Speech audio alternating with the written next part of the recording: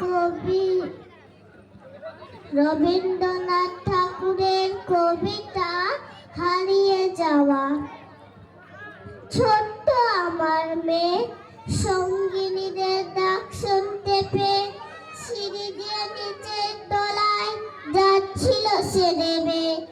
অন্ধকারে ভয়ে ভয়ে থেমে থেমে হাতে ছিল প্রদীপ খানি, আঁচল দিয়ে আড়াল করে চলছিল সাবধানী।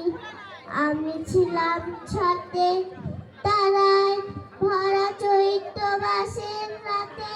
হঠাৎ এই কান্না শুনে উঠে দেখতে গেলেন ছুটে।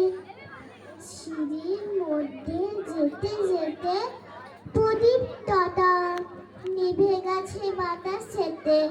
সুধাই টানে কি হয়েছে বামি, সে কেঁদে কয় নিচে থেকে হারিয়ে গেছি আমি। তারায় ভরা চৈত্র মাসের রাতে ফিরে গিয়ে ছাদে মনে হলো আকাশ পানে চেয়ে আমার বামির মতোই যেন অন্যকে এক মেয়ে।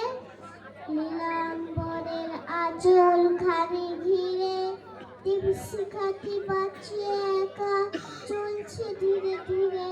নিত্য যদি আলো যদি হঠাৎ যেত থাকি, আকাশ ভরে উঠত কেড়ে হারিয়ে গেছে আমি।